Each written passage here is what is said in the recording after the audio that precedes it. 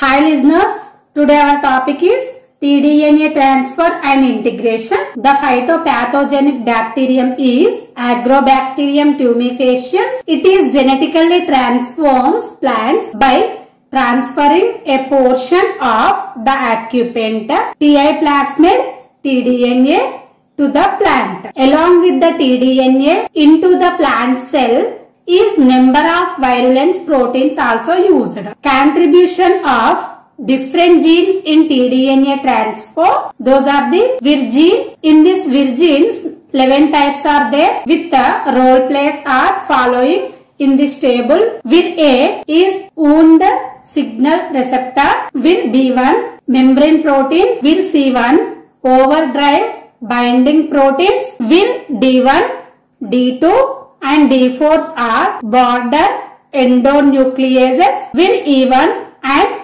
E2 are ssDNA binding proteins. Vir G is Vir activator of Vir D. Vir F is nuclear targeting of ssDNA. Vir H is host range specificity. These are the contribution of different genes in the tDNA transfer. In this tDNA transfer and integration, the process of tDNA transfer and its integration into the host plant genome is briefly described through the following steps. Those are the signal induction to Agrobacterium, attachment of Agrobacterium to plant cells, production of virulence proteins, production of tDNA strand, transfer of tDNA out of Agrobacterium. Last step is transfer of tDNA into plant cells and integration. These are the steps for tDNA transfer and integration to the plant cell. In the first step, signal induction to Agrobacterium. In this step, the wounded plant cells release certain chemicals. Those are the phenolic compounds and sugars. These are recognized as signals. The signals induced result in a sequence of biochemical events in Agrobacterium that helps in the transfers of tDNA of TI plasmid. Next step is attachment of Agrobacterium to plant cells. The Agrobacterium attaches to plant cells through polysaccharides. These polysaccharides, particularly by cellulose fibers produced by the bacteria. Several chromosomal virulence genes responsible for the attachment of bacterial cells to plant cells have been identified. Signal third step is production of virulence proteins. In this step, signal induction by phenolics stimulates Vir A, which in turn activates by Vir C. This induces the expression of virulence genes of TI plasmid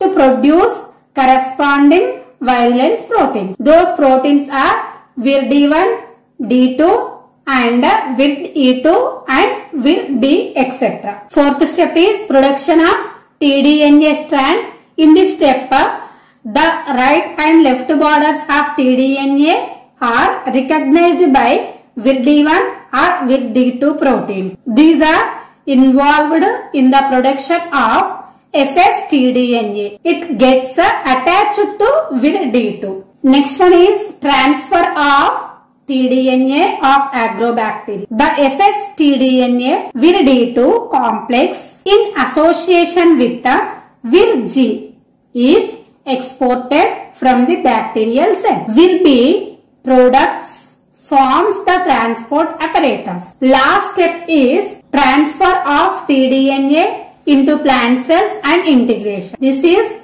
an important step in the transfer and integration of the tDNA to the plant cell. In this step, the tDNA Vir D2 complex crosses the plasma membrane. In the plant cells, tDNA gets covered with Vir E2. This covering protects the tDNA from degradation by nucleases Vir D2, Vir E2. These three are interact with a variety of plant proteins. These are influence tDNA transport and integration. The tDNA VIRD2 VIR-E2 plant protein complex enters the nucleus through nuclear pore complex and gets integrated into the plant chromosome. Now I want to explain about the tDNA transfer and integration with the plant cell genome through this diagram. In this diagram, it is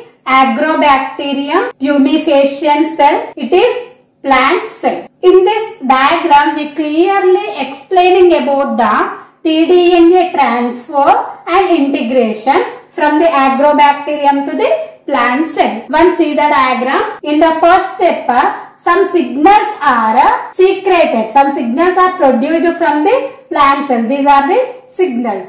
These signals are produced by the plant cell from the which is wounded in the plant cell. In the plant cell which is wounded, those wounded sites are producing the signals. These signals are inducing the Agrobacterium tumefaciens cell. These signals are induced the VIR-A and G sensor.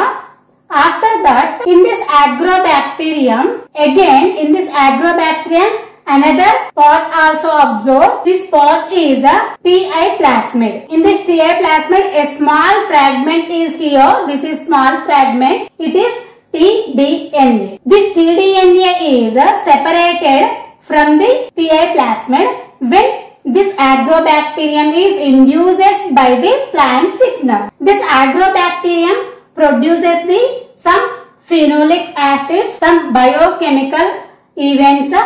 After that, this tDNA is separated from the TI plasmid. Then, along with this tDNA and VIR-D2 and VIR-E2 are passed through the Agrobacterium, entering into the plant cell. Before the entering into the plant cell